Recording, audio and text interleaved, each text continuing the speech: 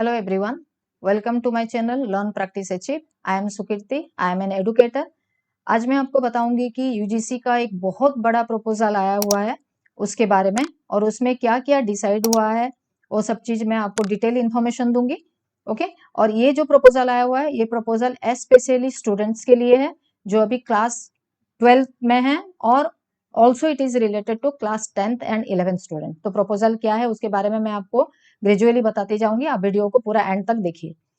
Actually जो हमारा जो पेपर होता है एंट्रेंस टेस्ट का जो सिस्टम है उसमें हम पहले देखे थे कि जो इंजीनियरिंग के स्टूडेंट्स होते हैं वो अलग से पेपर देते हैं, मेडिकल के स्टूडेंट हैं वो अलग से पेपर देते हैं, और जो कॉमन एंट्रेंस टेस्ट जो होता है यूनिवर्सिटी में एडमिशन लेने के लिए उसके लिए अलग से टेस्ट होता है. तो अभी प्रपोजल ये आया हुआ है, जो यूजीसी के चेयरपर्सन है उन्होंने एक प्रपोजल दिया हुआ है कि एक कॉमन टेस्ट होगा, उस कॉमन टेस्ट के बेसिस पे जज किया जाएगा कि कौन सी स्ट्रीम में कौन जाएगा, जो जिसमें इंटरेस्टेड है अकॉर्डिंग टू दैट. ओके. तो यूजीसी के जो चेयरपर्सन एम जगदेश कुमार हैं उन्होंने एक प्रपोजल दिया हुआ है कि डिफरेंट एंट्रेंस टेस्ट नहीं होके एक कॉमन एंट्रेंस टेस्ट होगा. तो कॉमन एंट्रेंस टेस्ट में क्या क्या टेस्ट होगा, जैसे कि इंजीनियरिंग के लिए फिजिक्स, केमिस्ट्री और मैथ्स प्रेफर करते हैं, मेडिकल के लिए फिजिक्स, केमिस्ट्री और बायो प्रेफर होता है, और जो कॉमन एंट्रेंस टेस्ट होता है जो यूनिवर्सिटी में नॉर्मल सब्जेक्ट्स में जो एडमिशन लेते हैं अंडर ग्रेजुएट लेवल में, उसमें फिजिक्स, केमिस्ट्री, मैथ्स और बायो. ओके. ये चार सब्जेक्ट का मेजर जो चार सब्जेक्ट है, ये चार सब्जेक्ट के बेसिस पे एंट्रेंस टेस्ट होता है. तो अभी जो टेस्ट होगा इस टेस्ट में ये चारों जो सब्जेक्ट है, ये चारों सब्जेक्ट एक कॉमन टेस्ट होगा. जो जेई देते थे वो जैसे फिजिक्स, केमिस्ट्री और मैथ्स देते थे उसी को ही देंगे, उसी सब्जेक्ट को देंगे. जो मेडिकल वाले हैं वो फिजिक्स और केमिस्ट्री के साथ जो बायो है वो सब्जेक्ट को देंगे, और जो कॉमन यूनिवर्सिटी एंट्रेंस टेस्ट जो अंडर ग्रेजुएशन लेवल में जो होंगे वो देंगे सारे सब्जेक्ट का टेस्ट जिनको जिस स्ट्रीम में जाना होगा. ओके. तो इसमें फायदा क्या है, जैसे आप लोगों को पता होगा जीआरई में क्या होता है, जो ग्रेजुएट रिकॉर्ड एग्जामिनेशन होता है उसमें एक ही टेस्ट होता है, एक ही टेस्ट के बेसिस पे वो सारा डिसाइड करते हैं जो फॉरेन कंट्रीज में पढ़ने जाते हैं. ओके. ये इसके बारे में तो आप सबको नॉलेज होगा. तो जेआरई में जैसे एक टेस्ट हो गया, और university different different university according to your percentage वो आप वहां पे जा सकते हो. कितना परसेंटेज आया हुआ है उस हिसाब से यूनिवर्सिटी का चॉइस आपको मिलेगा, कौन सी यूनिवर्सिटी में आप एडमिशन ले सकते हो. तो यहाँ पे भी अभी प्रपोजल ऐसा आ रहा है कि तीनों टेस्ट जो हो रहा था मेडिकल, इंजीनियरिंग और सीयूईटी, तो ये टेस्ट अलग अलग नहीं होके एक कॉमन टेस्ट होगा. क्लियर. फिर उसी के बेसिस पे जो मार्क्स आएगा, जो इंजीनियरिंग में जाना चाहते हैं वो इंजीनियरिंग स्ट्रीम में जाएंगे, जो मेडिकल में जाना चाहते हैं मेडिकल स्ट्रीम में जाएंगे, और जो कॉमन यूनिवर्सिटी में डिग्री करना चाहते हैं वो उसमें जाएंगे. लेकिन इसमें ये करने से फायदा क्या है, सबसे पहला फायदा तो स्टूडेंट्स के लिए है, क्योंकि उनको अलग अलग तीन भी ना हो तो दो टेस्ट तो देते ही देते थे स्टूडेंट्स. अगर जीआरई नहीं हुआ तो कॉमन टेस्ट में जाएंगे वो, जैसे यूनिवर्सिटी में एडमिशन लेना, या मेडिकल में नहीं हुआ तो उसमें तो दोनों टेस्ट तो देना ही देना था.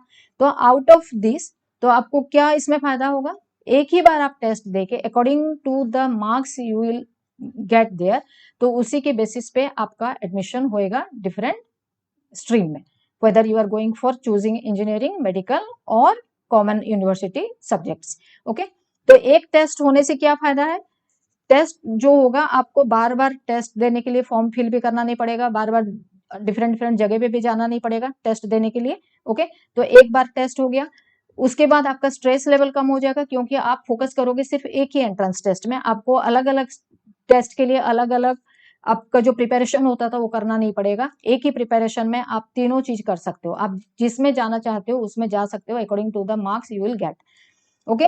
उसके बाद क्या होगा, आपका स्ट्रेस लेवल भी डिक्रीज हो जाएगा, क्योंकि स्ट्रेस लेवल होता है हम जब बहुत सारी चीजों में आप अप्लाई कर रहे होते हो और उस चीज को आपको अचीव करना होता है, तो आपको ये लगता है ये पेपर दूं, ये अगर अच्छा नहीं हुआ तो उसमें अच्छा हो जाएगा या उसमें अच्छा हो जाएगा. तो यहाँ पे एक ही पेपर दोगे तो आप एक ही पेपर में कंसेंट्रेट करोगे, so you will definitely do better.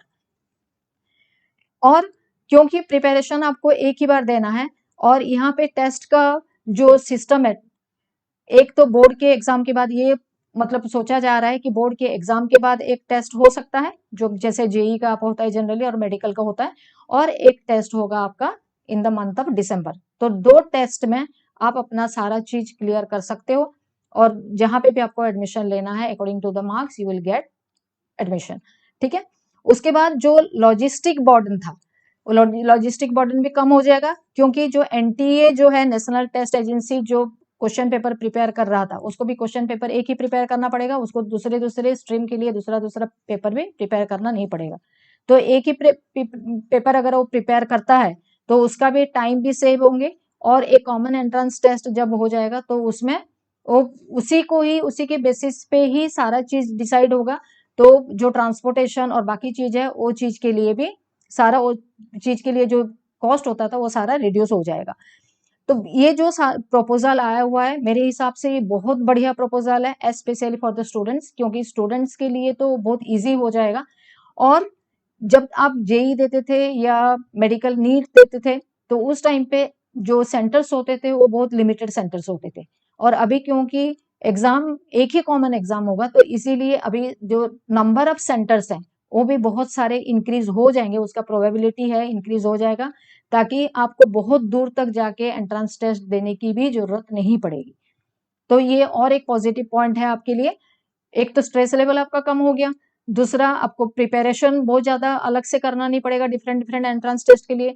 तीसरा ये कि आपके घर के आसपास, मतलब उसी एरिया में अगर आपका सेंटर होता है तो आपको बहुत ज्यादा ट्रैवल करना नहीं पड़ेगा, क्योंकि आपको पता है कि जब एंट्रेंस टेस्ट होता है तो क्या हाल होता है रेलवे स्टेशन का और बस स्टैंड का।